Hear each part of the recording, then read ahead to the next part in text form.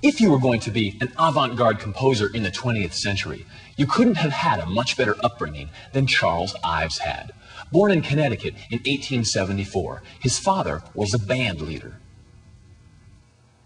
Ives' father was fascinated with all sorts of interesting musical ideas, and he would do things like play Swanee River in one key and have his family sing it at the same time in another to stretch their ears. He built an instrument that let his family hear quarter tones, or the notes between the cracks on the piano. And he raised Charles Ives with an appreciation for the way music was played by normal, everyday people. In fact, one of his father's greatest pieces of advice to Ives was this. They're walking by this stonemason who's laying a wall and singing off key. And his dad turns to Charles and says, "Look into his face and hear the music of the ages. Don't pay too much attention to the sounds, for if you do, you may miss the music. You won't get a wild, heroic ride to heaven on pretty little sounds." Well, what's he saying here? Part of what he's saying is that the way that normal, everyday people play music, with its mistakes and irregularities, is what makes it vital and exciting. Perfection is boring. And in a way, this is very similar to what Bartók was doing with his exact transcriptions of Hungarian folk songs. Charles Ives was a very smart kid, and he gets to go to Yale. And there, he meets a very conservative music teacher. And he got off to a rather shaky start with this fellow when one of the first pieces Ives turned in had 4 different keys in it, but they were all going on at the same time. His instructor said, "Will you stop handing in work like this? This is really irritating me." But Ives couldn't help it, because his outlook and his whole way of thinking about music had been shaped by his father and his time growing up in New England. For example, one of the things his father would do is host big concerts in the large parks there. And in these concerts, there would be 4 different orchestras playing at each corner of the park. This allowed many pieces to be performed, and couples could stroll along from orchestra to orchestra, hearing what they wanted to hear throughout the evening. But Charles liked to stand right in the middle of the park, where he could hear all 4 bands playing 4 different pieces in 4 different keys, all maybe a little out of tune with each other at the same time. Or he would think about the parades that his father used to conduct, and the sound of a marching band coming from far away, passing by, and another marching band coming and passing by, and what they sounded like when they were passing near each other. Despite the conservatism, Ives learned a lot about music while he was at Yale. And while he was freshman, he became the organist for the Center Church in New Haven, which was the most prestigious keyboard position in town.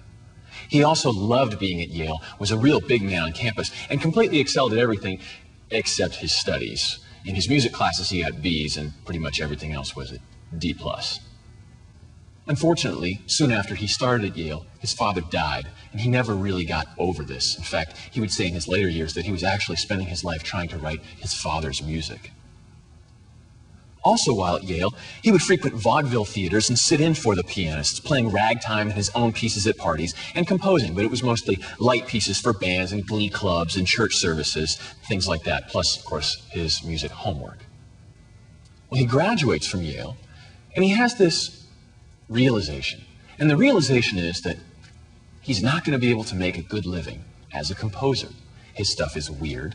His teachers certainly don't like it. And even if they did, life as a composer doesn't earn a lot of money. In his own words, he said he didn't think it proper for a man to live a life in such a way that he couldn't feed his children. He said he didn't want his kids starving on his dissonances. So he goes into the insurance business instead. And in fact, within a few years, is president of the largest insurance company in the United States and is responsible for several innovations in the insurance industry which are still in use today. But the entire time, in evenings, weekends, and vacations, he's writing music. His music, the way he wants it to be. He plays it for his friends and they say, "God, couldn't you just play something normal that we'd like?" Well, this frustrates him to no end. He's like, "I'm writing what I hear. Are my ears on wrong?" But he keeps at it. And because he's doing so well in the insurance business, he's rich. He's able to take his music and do something very generous with it.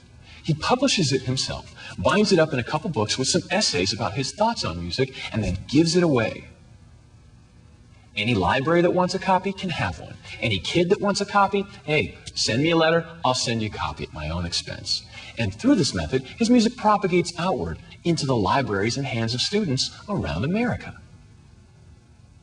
Unfortunately, this double life is taking a very heavy toll on Ives. He can't keep up the constant stress at work as well as working on this very demanding music that he can't even find people to play. And those that do play think he's a little nuts. He has a heart attack and has to retire from the insurance company that he's built up. And one day, in 1927, he comes downstairs in tears and tells his wife, "I can't seem to compose anymore. I try and nothing comes out right." 12 years later, 12 years after he stopped composing, in 1939, his Concord Sonata is called the greatest music composed by an American. In 1947, 20 years after he stopped writing, his Third Symphony wins a Pulitzer Prize. Well, the newspapers latch onto this because this is a great story. Here's America's undiscovered genius who also was a former titan of industry. He's right in our own backyard, this fantastic composer, and we've totally overlooked him. What a great story. 50 years after it was written, Leonard Bernstein says, "We have discovered our musical Mark Twain, Emerson and Lincoln all rolled into one."